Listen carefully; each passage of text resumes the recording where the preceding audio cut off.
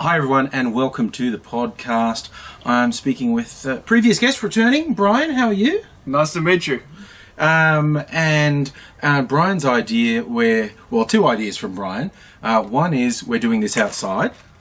The second idea you might have just heard, we're into some corn chips. So there's almost an ASMR thing going on here. So Brian's idea, we're in nature. So thanks, I hate it, nature. Choice between indoors and outdoors, I don't know. So, you might get the occasional bit of bird song. What I'm saying is, use it or lose it if global warming is a thing. Well, I mean, honestly, there are huge tracts of Australia at the moment where you would not be comfortable doing this outside because of the smoke congestion. Yeah, it's like, there's a little bit of a thing of like, everything's on fire kind of vibe at the moment. Yeah. And because there are thousands upon thousands of kilometres of bushfires across Australia.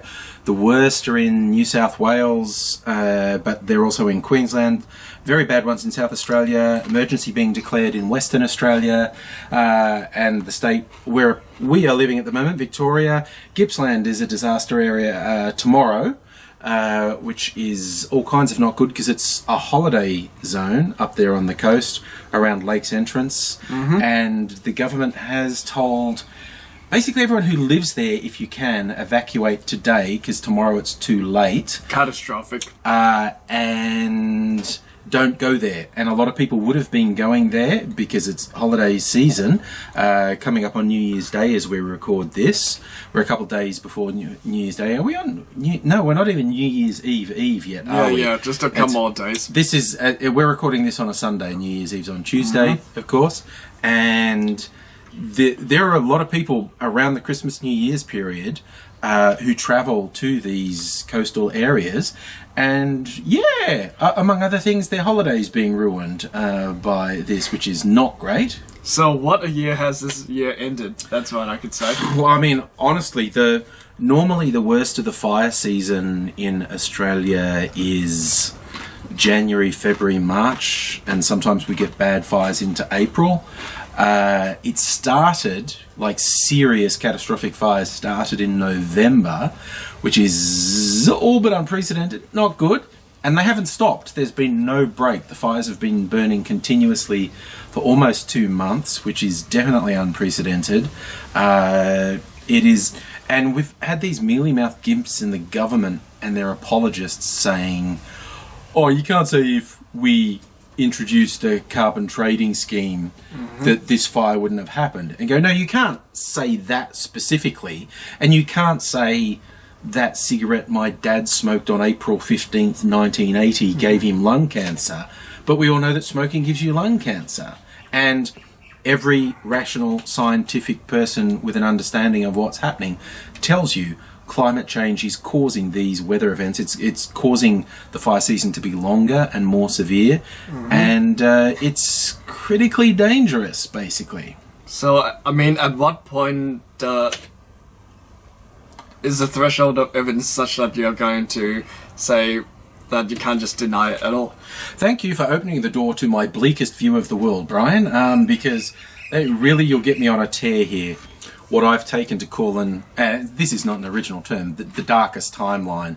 It's from, I think it's from one of those DC TV shows where they keep doing crossovers with the superheroes, and they had brought in multiverse alternate reality things, and they went into one of the timelines where everything had gone wrong and people were dead and dying, and they referred to that being the darkest timeline. I can't help feeling we are headed for a particularly dark timeline. I don't think we will see radical government action on a broad sense, like across all the countries that need to do it, until catastrophe starts to happen. And I mean millions of people dying.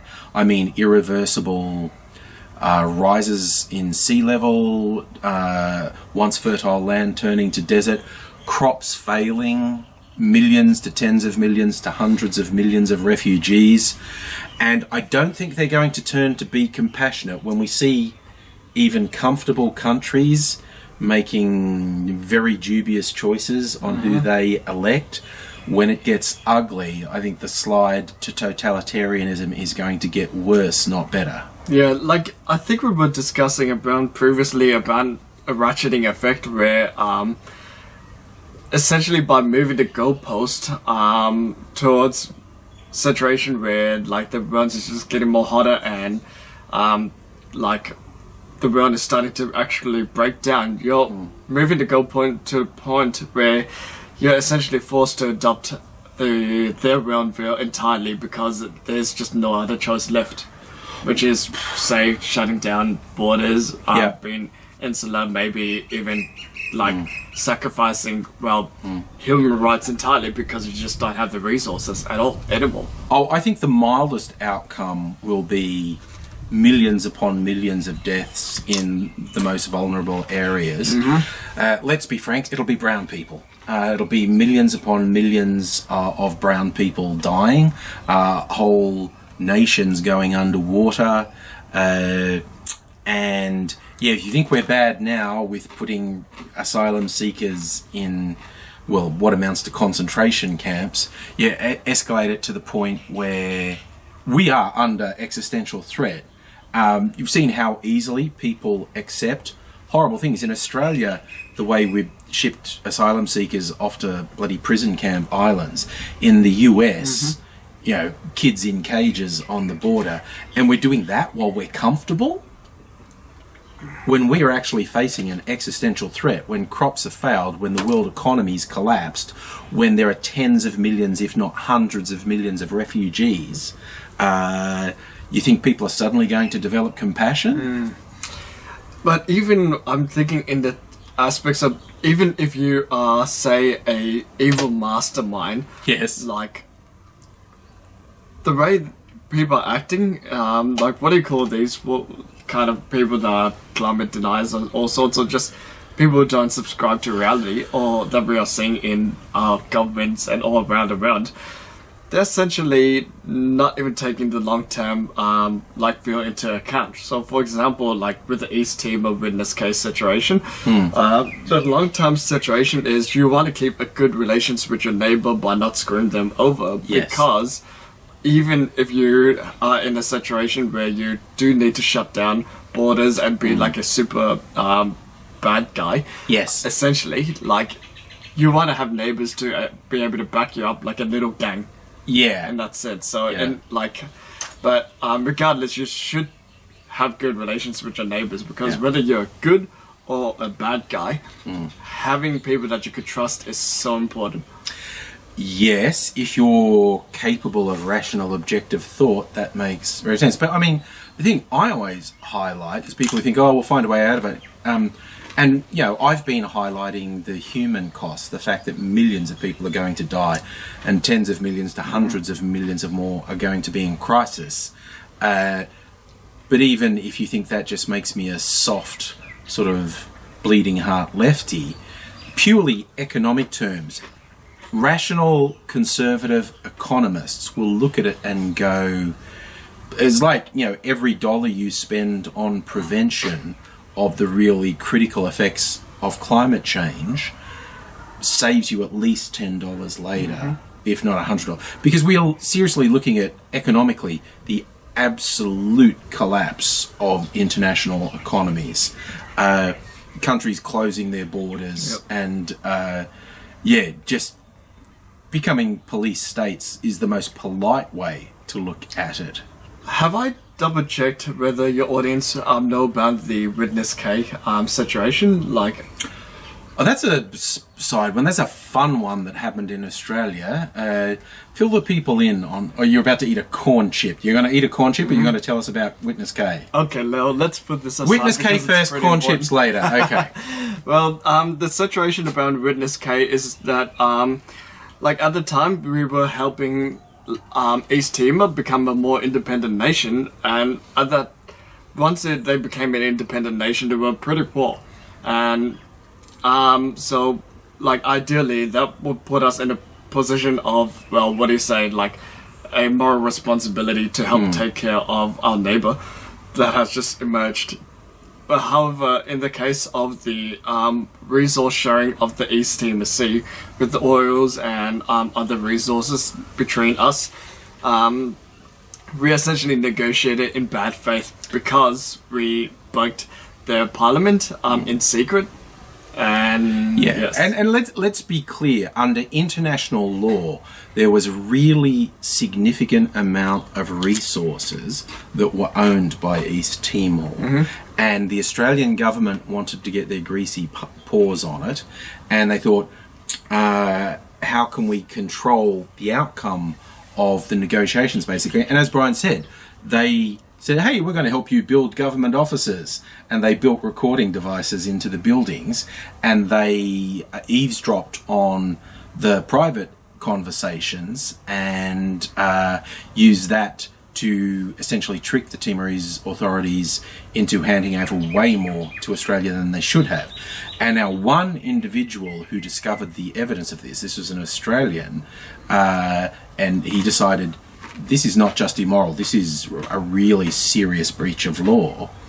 And he wanted to report, and he brought this to light. Now, I don't know the details. I don't know if he went through government channels first and got ignored, or if he went to someone in the media. But basically, what he did is like the capital sin in the world today: embarrass a government. If you embarrass a government, they will go after you way harder than if you're like a murderer. But the thing here is, essentially, what the government has been using our national defense mechanism of spying, not for protecting Australian interests, as in, like, say, terrorism or like foreign interference, but to essentially for economic espionage. And what this has, as we mentioned before, impacted is the national security of Australia by essentially, well, if it comes to light, or even if it doesn't come to light, the whole mentality behind it leads to a distrust between, say, like our regional neighbors and us, which is really, really terrible when you think about what they have done to help us in the past, from essentially avoiding getting invaded by the Nazis. Yeah. Oh, well, the direct invasion force that we got a lot of help with our Pacific neighbours from was the Japanese Imperial Army in World War II, part of the Axis. But yes, we got a long track record of not particularly honouring our debts to our Pacific neighbours. But this was a particularly scummy thing. And the guy although I think his name is public knowledge now, but is Witness K, the government has pursued him, like claimed what he did was espionage, and they're like trying to prosecute him for crimes that are beyond a life sentence, like hundreds of years of prison time on it, and all because he embarrassed the government. Our government was breaking the law really quite severely, and he was trying to bring it to light, and they want to punish him very badly for doing that. And this has happened all around the world. You see, whistleblowers will get attacked really harshly by the government. Notably, the Obama administration in America was terrible for prosecuting whistleblowers. It's obviously continued and gotten worse under Trump. There were some nasty incidents in Canada of someone trying to bring to light corrupt practices, and everyone's shining boy Justin Trudeau acting in a really shifty and, I mean, honestly, despicable manner to punish the person who was trying to bring the wrongdoing to light. It's the thing, you embarrass a government, they will go after you hard. And yeah, we've seen them, they protect child molesters, but they really don't like whistleblowers. It's definitely a shame. Yeah, no, it's not good at all. And yeah, we're trying to talk about trusting your neighbours.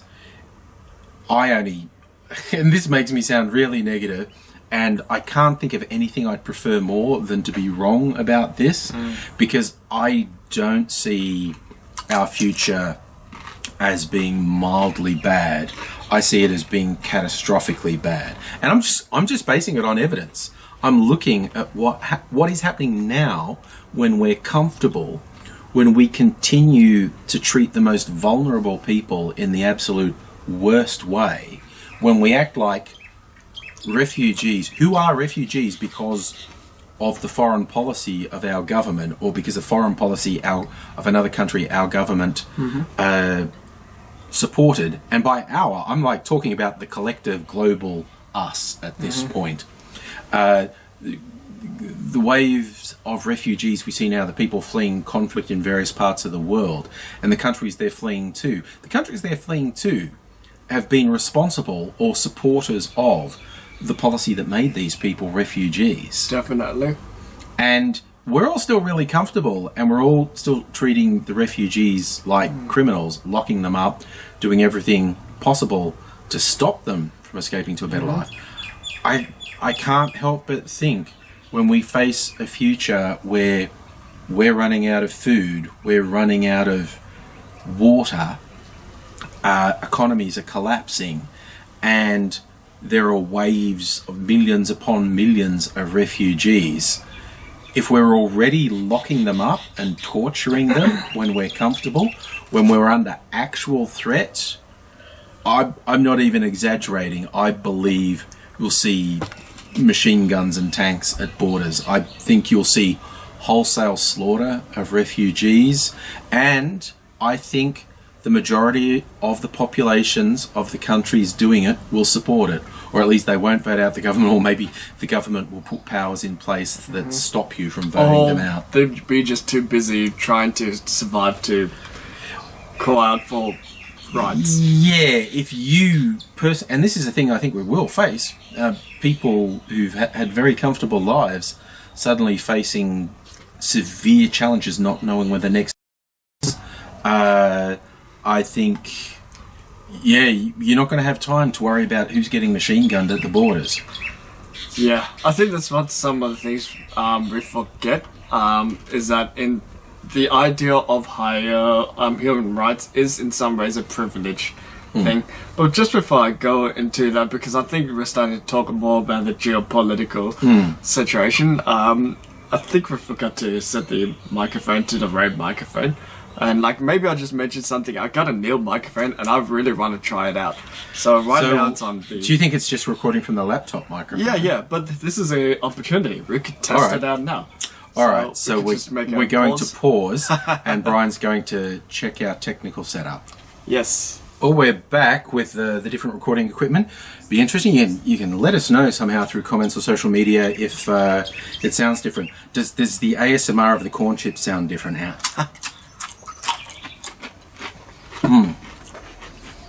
So, we were moving on to geopolitics. Pakistan and India. Oh God, yeah, before we started recording we were talking about Pakistan and India. Because if you haven't seen, an incredibly disturbing development in India under Prime Minister Modi is the rise of an ultra right-wing Hindu nationalist movement. And this isn't hyperbole, this isn't cliche, they are directly modelling themselves on Hitler, essentially. And they're forming militia groups, they're wearing white shirts rather than brown shirts. They are murdering people. It's basically, there are some very terrifying things happening with this group marching in military fashion, breaking into non-Hindu schools, Hindu extremist, and killing students. And Modi appears 100% behind this crew. Their ultimate goal, if you think I'm exaggerating with the Hitler thing, their ultimate goal is to basically make India a Hindu ethnic nation, in that if you are not Hindu, you aren't a citizen. And a decent chunk of India's population is not Hindu. They're Muslims, although people who know history will remember the big split between the old India into India and Pakistan. Pakistan became an Islamic nation and India was a Hindu nation. There's still a lot of Muslims in India. There's a lot of Christians. There's probably a bunch of atheists and a few other minority groups. I'm sure there would be, given the part of the world we're in, there'd be a decent number of Buddhists there as well. But yeah, we're seeing this absolutely scary fascist group rising. A social trend? It was weird. I mean, worldwide, definitely. yeah. I mean, Modi is not like Bolsonaro in Brazil. Basically ran on an almost fascist platform and got elected. Modi didn't really run on a platform like that, but now this ultra-nationalist Hindu group are rising, and he appears completely supportive of them. It's very, very, very troubling, considering how volatile. I mean, both India and Pakistan are nuclear armed, and if people in India are going to go around murdering people who they regard as not them, specifically Muslims, that's not going to go down well in Pakistan. But yeah, again, what do?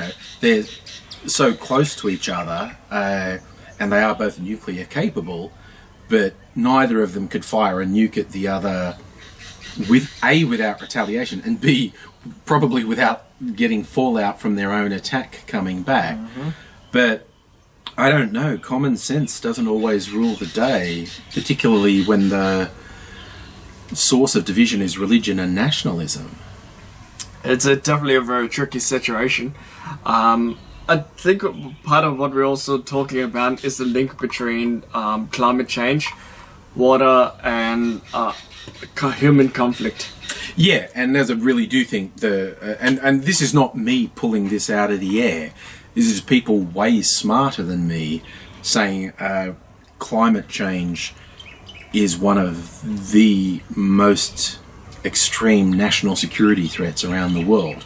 Because as people are impacted by climate change, the food security goes out the window, actual water runs out. In India, large sections of India are running out of water. Major cities like Chennai running out of water. They're hardly alone. It's happening in South Africa, and it's happening here in Australia.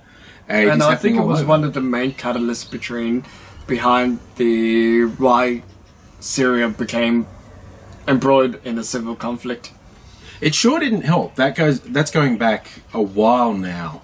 It's one of those things where you can't go, there is a straight line between the drought, the crop failures, and the civil war, because there are other factors as well. Definitely. But didn't help. But what I would describe the effect of climate change in increasing conflict is that it's definitely not a singular, like the primary cause of it, but like cancer or anything, what eating carcinogens and all these things does is it accelerates the entropy of a system, and also accelerates like potential places where conflict can actually spark and explode into a bigger picture. So I think there's got to be a better way we could define it that suits the Australian context. Bushfires. Because if you look at bushfires as like, we have bushfires every year. It definitely happens. Yes. But what climate change does, it leads to drying out the area, increasing amount of potential fuel for the fire. Yeah. So in the case of, say, human conflicts, then, say in Syria, by removing and decreasing like the amount of water available for farms through climate change, it doesn't lead immediately to like a war, but what it does is increases potential tinders and like fuel for potential fires when it ignites to ignite easier, and also to explode into much more fiercer kind of like larger scale wars. Yeah. So that's the angle I'm going for. That is a pretty good analogy. Climate change is a stressor that creates more fuel. In Australia, when we're talking bushfires, literally creates more fuel for the fires. But hey, down in Australia, everything's just literal. Yeah, everything's literally out to get you. Yeah, I mean, and again, we're still relatively comfortable, but the government is absolutely failing to handle the crisis. First, because they refuse to actually admit it's a crisis, because they have an ideological allegiance to coal and fossil fuels, and the absolute basic thing you have to do is reduce dependence, reduce use of coal and other fossil fuels, and they've got an ideological imperative to not do that.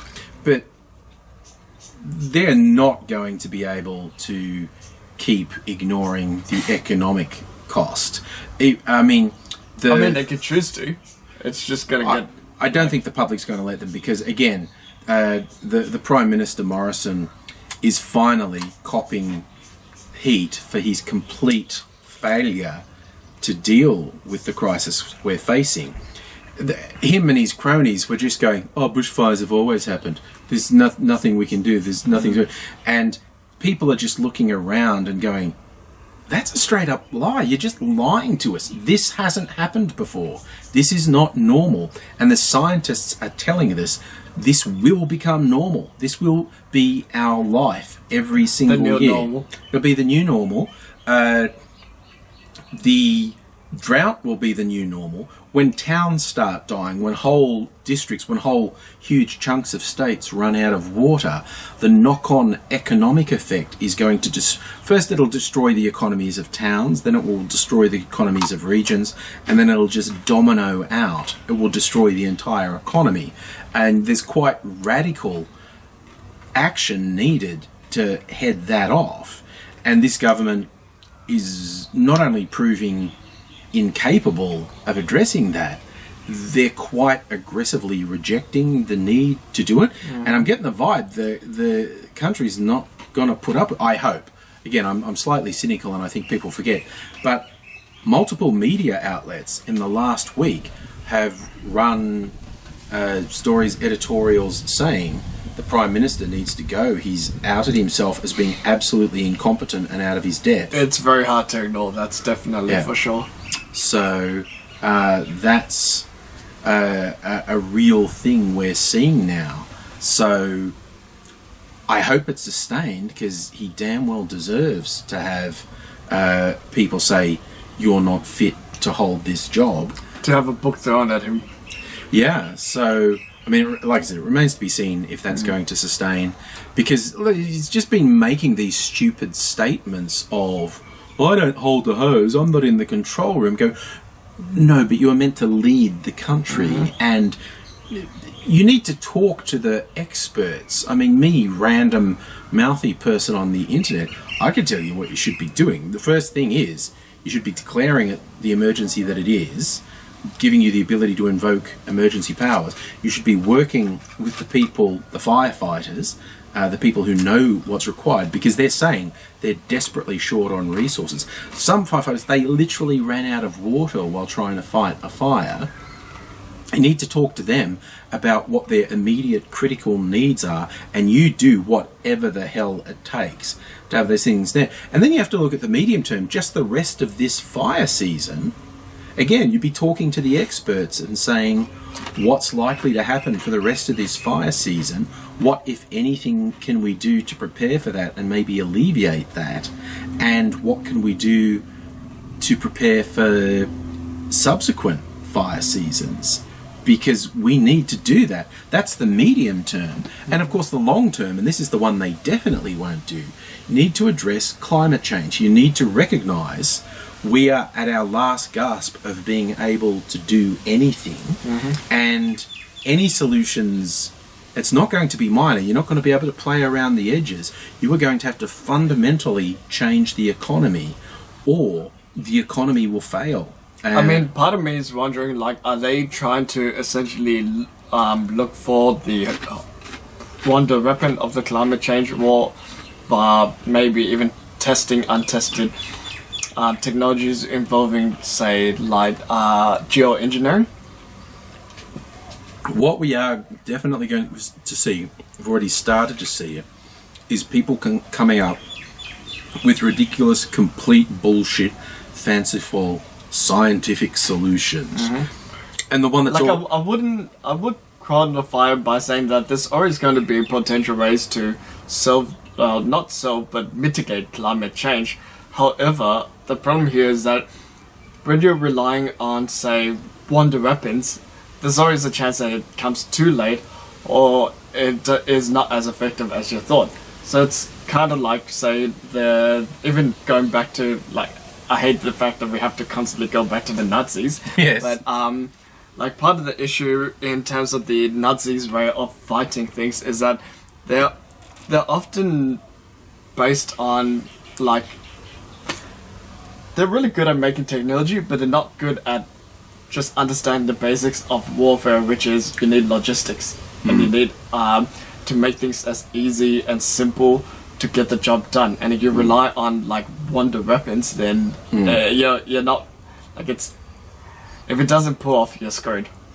Yeah, and like we are going to get straight up scam artists pushing ideas. Like the one that appalls me that some people are treating seriously is essentially shooting pollutants into the upper atmosphere to deflect some of the sun's heat, which, you know, will theoretically help us. But A, it's completely theoretical and they don't know if it will help at all. B, they have no idea what the ramifications are. What if it actually trapped heat in the atmosphere?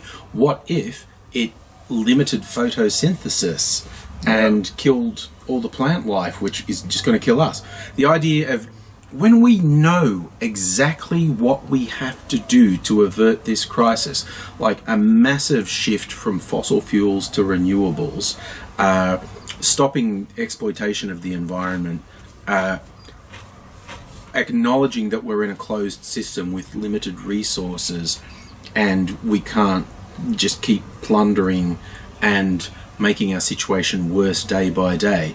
It does my head in that people are going, oh no, there'll be this wonderful miracle science cure that'll come along. Dude, we know now what to do. We know what to do, and it's within our power to do it. And you are relying on magical thinking that some wonderful scientific breakthrough will come through.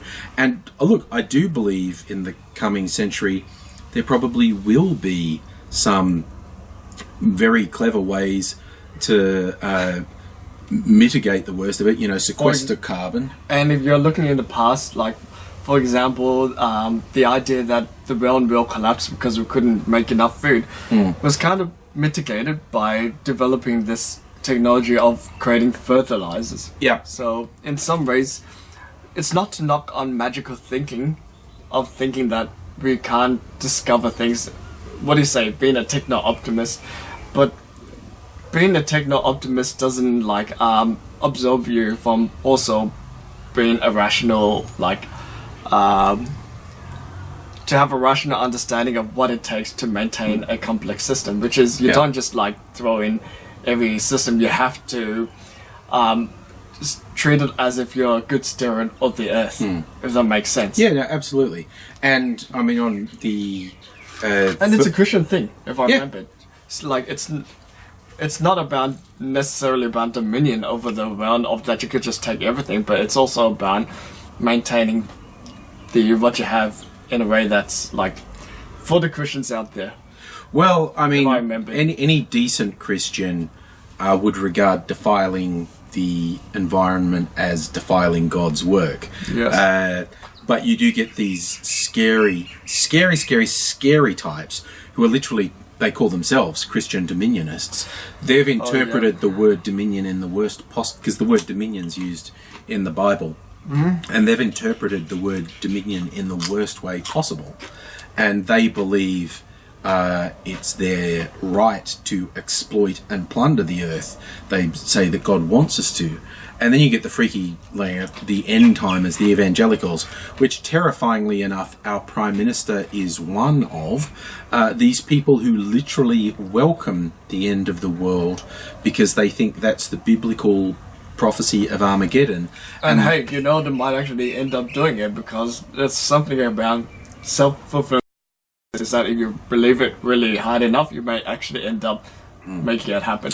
Yes, except all it's going to be is, you know, the end of human civilization rather than any glorious ascension. But there are and they're fairly widespread, these types who literally welcome Armageddon, and they will tell you God won't allow bad things to happen unless it's part of his grand plan to bring about salvation through Armageddon. Those people are terrifying. Those are people who actually welcome the end of the world because in their theology that means their assumption into heaven. It's absolutely terrifying. Not a great food for like thought, I guess. Yeah. Yeah. I mean, and these are the people with, you know, they've got terrifying amounts of control in America. And like I said, our current Prime Minister is one of them. And yeah, literally that idea that, and it spooks the hell out of me, these people who say, stop saying humans can change the world, only God can do that. So first, I don't have to worry about what you say about human activity destroying the planet because humans aren't capable of that. But second, any destruction of the planet means us going into eternal salvation. And I'm just like, you people are terrifying. Is that why we're kind of crossing our fingers that Elon Musk is able to get a colony on Mars? Oh, don't get me started on Elon Musk. That guy's such a jerk. I took the risk of antagonising Elon Musk fans on Twitter because he posted this stupid thing about, should we do secure earthquake-proof tunnels under cities for safety? And it's like, shut the fuck up, you idiot. The term earthquake-proof is meaningless. There is no such thing as earthquake-proof. I mean, the first thing is, people said, no, tunnels under cities, you mean subways, you complete idiot. He's going, no, subways, something different that's earthquake. But the term is meaningless. There's no such thing as earthquake-proof. It's like, his statement, which he thinks makes him smart, makes as much sense as, should we all find sugar plum fairies at the bottom of our gardens who will protect us from the bad things? Yeah. Because it's just as real. And it's like, I get so upset at people who act like Elon Musk is super smart. He's not. He was born into privilege, which gave him the luxury of being able to fail with like IT related startups. He got what turned out to be a good business idea with PayPal, and he lucked into a $1 billion payout. He had two really big payouts with entrepreneurial things that he was only in a position to do because of the privilege he was born into. And then, again, shrewdly, he used a lot of his money to hire incredibly smart people. But then he continually acts as if the work of all these legions of smart people is him. And he keeps coming out and doing and saying absolutely stupid shit. And you people, he's Tony Stark, man. Would you describe it as disingenuous? Is that the word you're using? Oh, wanker. I would just keep it simple. He's believed his own press. He's got high off his own supply. And look, when you're completely cut off from the rest of humanity, when your life is so unlike 99.99% of the world, it's hardly surprising that you start to act weird. I mean, okay, so like he's a multi-billionaire, he's got everything he wants, blah, blah, blah. He has got just an endless chorus of people telling him what a genius he is. You can only resist that stuff for so long. Seriously, if I had his money and his position, I'd be way worse than him. I'll be honest. I'll put that out there. I'd be way worse. I would be behaving way worse. Actually, I'd like to think if I had $1 billion, you'd just never hear from me again. I would not have a public profile. I had a chat with somebody about like the purpose of systems or governance and all sorts. Like, why do we have governments? Yes. And why do we want to have democracy in governments? And one of the things, analogy I've picked upon was the way we design our airplanes. Yeah. Our airplanes does not use one computer.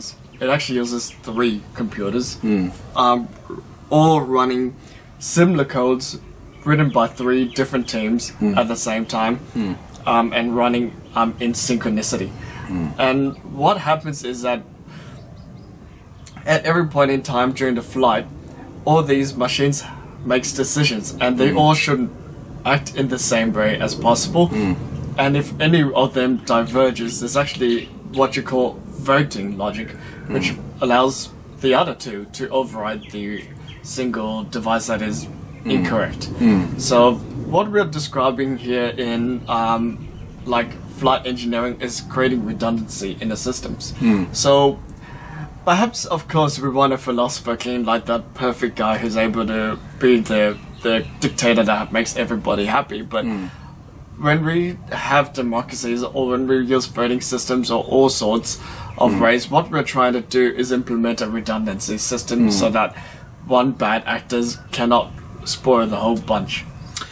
Yeah, and we were involved in a recent event, so having a roundtable discussion with people. Design Open Democracy Podcast is now on Apple. Look it up, Designing Open Democracy. And we were discussing the nature of trust and particularly in politics and whatnot. And yeah, and it is a key thing. It's like, we talked about Dunbar's numbers, was he a social scientist? Was he he was some sort of academic, and he did basically studies like humans can know in a deep way up to about 150 people, and after that you can't really know them. And he cited historically a lot of examples of self-forming groups that were between 100 and 250 people, and past that point you need something else. Like when it's a small enough group, you all know each other and you know what everyone's done up to that point, and so you know whether or not you can trust them. The group gets to a certain size and you can no longer know everyone, and so you have to come up with proxies for that trust. It's like mental hacks. Yeah, and it's like, and this is where early versions of parliamentary systems come from. It's like basically, okay, us group of 150 people, here's our representative Mary, your group of 150 here, your representative is Bob, and then they're going to form a council, a coalition. Yeah, a coalition, and they're going to meet to discuss things, and each one, we trust that person to represent our group, and they'll vote in our best interests when the council's together, in theory. And when cities get bigger, states get bigger, countries get bigger, you get bigger and bigger forms of that till we have governments. And it's basically the point, well, if you're going to conglomerate in such large numbers, it's impractical, or there's a belief that it's impractical to have grassroots control of stuff. You have to have representatives that go out and theoretically represent the interests of people who know and trust them. There are alternative forms of government, from anarchism to cooperatives to a whole spectrum where it's less top down and a bit more bottom up or middle out type things. But a dominant form that's developed is, there's a representative who's going to represent a certain group of people, and that group trusts that person to represent them, and then if that group ends up thinking that person didn't represent me accurately, they have a mechanism to remove that person, i.e. voting, or maybe the guillotine, in extreme cases. As we moved away from kings, royalty being regarded as divinely better than everyone else, there are still actual ruling monarchies in the world, I guess, in a few places, but they're largely figureheads. Yep. And people more want representative, even totalitarian communist countries at least had a semblance of, there's a committee and these people are representing different things, and they've come out. So many totalitarian countries, their name starts with people. The People's Democratic Republic, yes. Which is the laugh I've always said when really stupid people who want to try and convince people that they're smart, and these people are right-wingers or maybe centrists, and they say, Nazis were socialists. It's right there in the name. You socialists are the real Nazis. Nazis are a contraction of National Socialist Party. I say, cool, Hitler actually did hijack the Workers' Party to put his fascist regime in power, but the idea of saying, because it's got National Socialism in the title, that means they're socialists, as we understand the terms, allow me to introduce you to the People's Democratic Republic of North Korea. Do you believe North Korea is either democratic or a republic? Or Democratic Republic of the Congo? It's normally a great big red flag that this place is not democratic or a republic. It's a dictatorship. And or if I want to take the piss out of people, particularly Americans, when they say, because it says socialist and national socialist, they're definitely socialists, go, yeah, how many countries compete in the World Series? You call it the World Series, which suggests the world's there. How many parts of the world are in it? It's just America, right? And or if I want to get really silly, I say, I can't wait to introduce you to the titmouse, which is neither tit nor mouse. It's actually a bird. So the idea of saying because a word's in a title, that means it's definitely that thing, is quite ridiculous. Will we blame the English for this? I would like to blame the English for virtually everything. Virtually everything. And I this is a real thing, and I was reminded recently, there was a online article which was absolutely true, and the headline was how the British stole $1 trillion from India, and over a period of centuries through colonialism, in modern terms, the English definitely stole like $1 trillion in wealth from India, and they also killed about 100 million people, and that's if you're being generous, through successive. Wouldn't you argue that they would say that that's not the English, but rather the East Indian Company, which was essentially like, remember Blade Runner? They became their own. They had almost as much power as the English Parliament, which eventually freaked the English Parliament out, and they said, "You guys can't do that anymore." So when people say like they would love to see a megacorp in the future, like in Blade Runner, I would say it's already happened. Oh yeah. The Dutch and British East India companies plundered, like you said, in modern terms, at least $1 trillion in wealth, and they killed at least 100 million people. And they were the cyberpunk they were the cyberpunk megacorps before it was cool.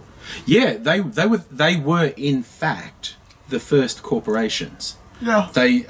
They invented the legal construct of a corporation. And they had the pretty much advanced technology at that time.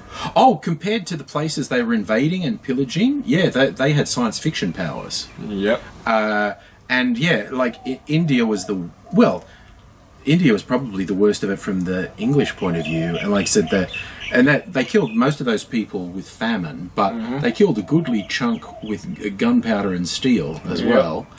So I guess you can't let the actual British country off, because eventually they did end up having to absorb East Indian Company because No, they did. The East India Company started to scare the crap out of the English Parliament because they were so powerful. They had an army. They weren't just a trading company.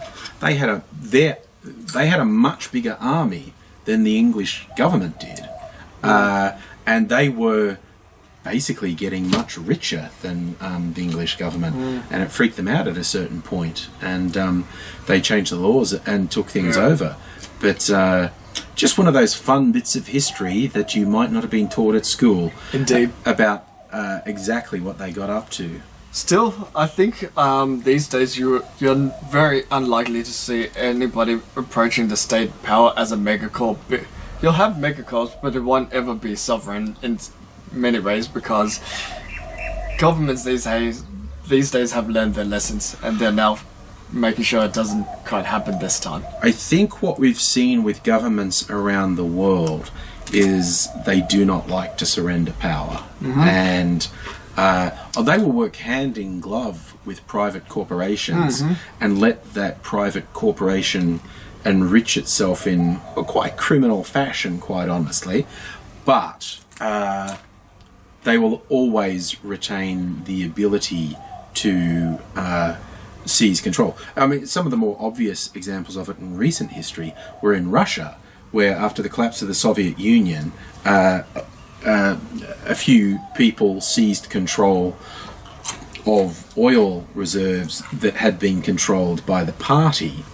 So to seize economic control. Yeah, and these oligarchs were given a certain amount in some cases, a lot of leeway by the government. But Putin, at a certain point, like basically, he was letting, you can rip out as much money as you want. The day you threaten my political power, I will just throw you in jail. And he's done that multiple times. Wait, there was literally billionaires that just lost everything. Oh, he just threw him in jail.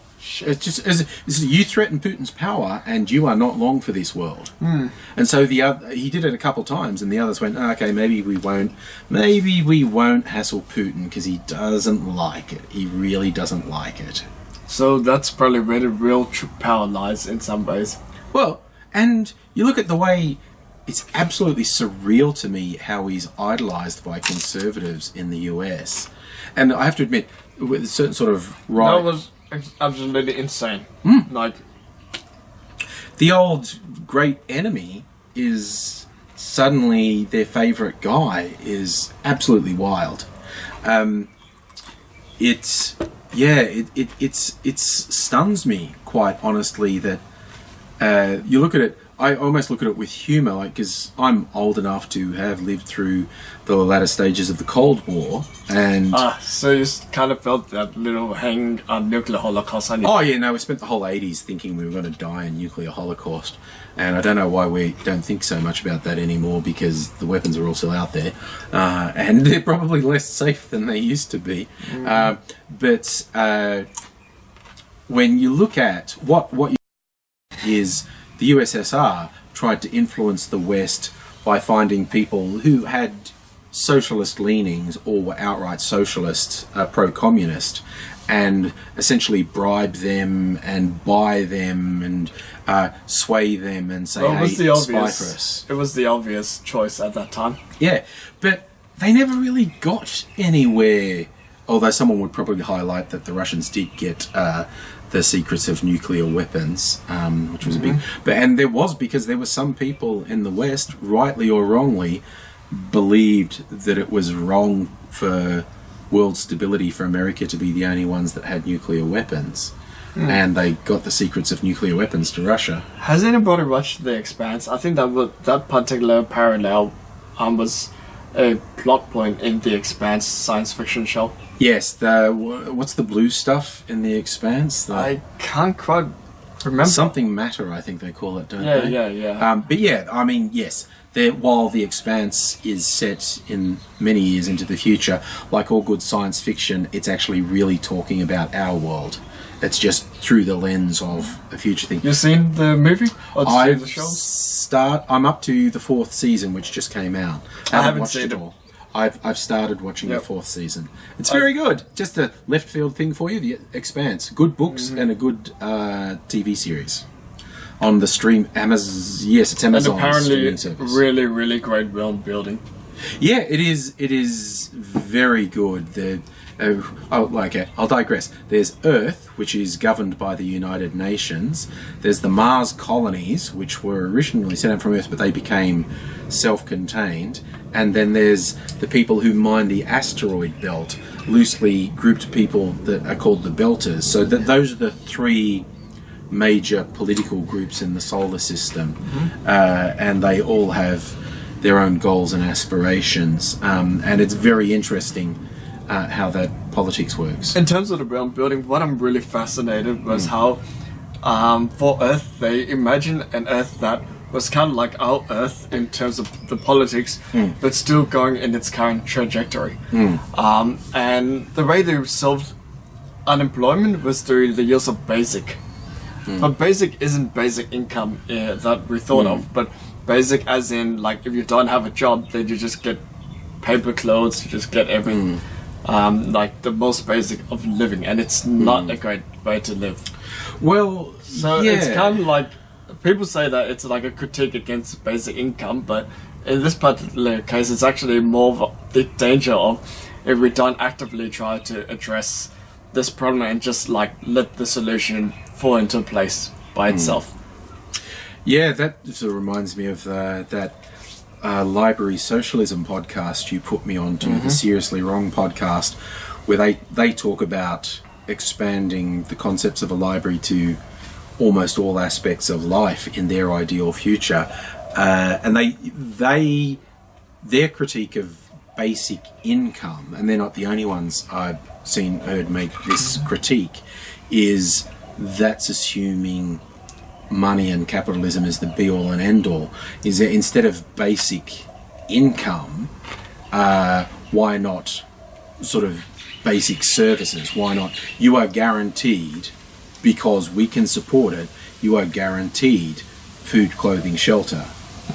You are guaranteed a place in society because, well, people deserve a place in society, as opposed to the rather brutal version of capitalism. That sounds very Star Trek-y.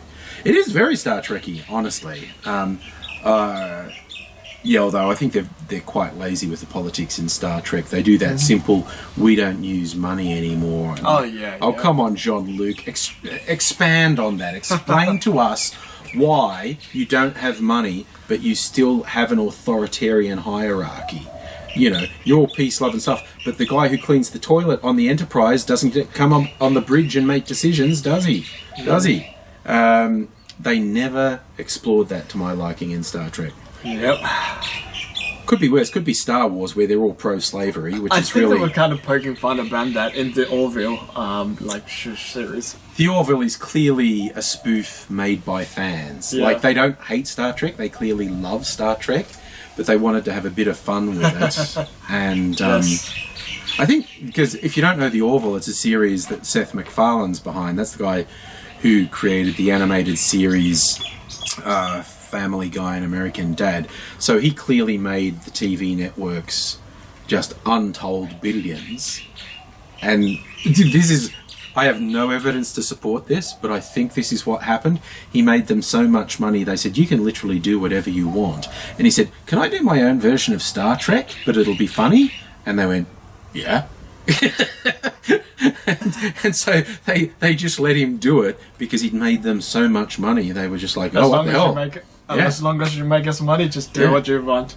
Yeah, and I think that's one of the strengths of all those streaming services we're seeing now. Netflix? Yeah, you know, Netflix and Amazon Prime and Disney Plus and all that. They, to my mind, they are clearly saying to big name creators like Jon Favreau, that directed some very big films, did The Mandalorian for Disney, which has been very successful. Martin Scorsese, that recently made a Netflix film. But you get the big name actors, Robert De Niro. I think they clearly say to these big names, both behind the camera and in front of the camera, if you will do a thing for us, you can do literally whatever you want, because we're just trying to get eyeballs. And if your name and face is there, we'll get eyeballs, so you can do whatever you want. Oh yeah. Like this is a much better filter than the past where like good TV shows like Futurama's Firefly just dies. Oh, it's just by guys, and it is almost exclusively men behind closed doors making decisions based on bad data. And some environments are better than others. I saw and probably gut feelings. Oh yeah, and their gut sucks. They make terrible decisions all the time. And some environments are worse than others. Sorry, we're in the great outdoors, a bloody mosquito just bit me. That's okay. I think we've almost used up an hour anyway. But yeah, I did see a link to an interview with Malaysian-Australian comedian Ronnie Cheng. And he'd been trying really hard to get anywhere in Australia, and then he got a gig supporting Trevor Noah at the Montreal Comedy Festival, and he ended up getting a job as a correspondent on The Daily Show, which is a huge thing. He has done stuff like the ABC gave him what was a pretty good series. I think it's called Ronnie Chang International Student. But he found it almost impossible to get through any doors in Australia. He says, like, Australia's just, the entertainment industry is just old people making decisions for other old people to watch. I think we could change that. Definitely. I think we need to. We need to. I think there's now someone pointing at me going, but you're an old person. Technically, yes, but I let younger people like Brian have their say. See, that's what it's all about. Listening. And that's why I still haven't done a completely solo episode of my podcast, I prefer to do it with someone. I prefer it to be a conversation rather than a monologue, which is weird because my favourite podcast of all is the Blind Boy podcast, the majority of which are monologues. It's just him talking. But I'll probably do it because I do have a massive ego. I'll eventually just monologue at people and demand that the world listens. But I think we'll leave this one for here. Well, there's one more chip. Last corn chip. Can I do the ASMR? See how you go. Last bit of corn chip ASMR for you. Thanks for coming by, Brian. Not a problem. And great idea of doing great ideas. I'm actually looking forward to listening back to this. There's been quite a bit of bird song behind us, and I don't know how much, if any of that's been picked up. But hey, I mean, like, in the end of the day, enjoy the bird songs while it lasts. Yeah, we may get less and less of it. We're back to being bleak again.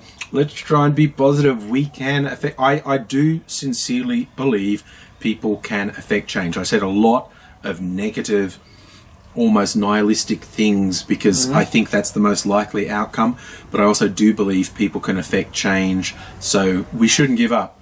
We can do it. We've been surprised before. We have, and hopefully we'll see a brighter future than what my dark mind perceives. But in the meantime, we'll keep talking. I hope you all look after yourselves, and I hope you can come back. Again, Brian's podcast, Designing Open Democracy podcast, is on now. So look for that as well. Subscribe to Designing Open Democracy. Subscribe to the Angry Aussie Podcast. If you haven't already, also find me via that on all the social media, YouTube, Facebook, Twitter. Just look up Angry Aussie and that'll probably be me.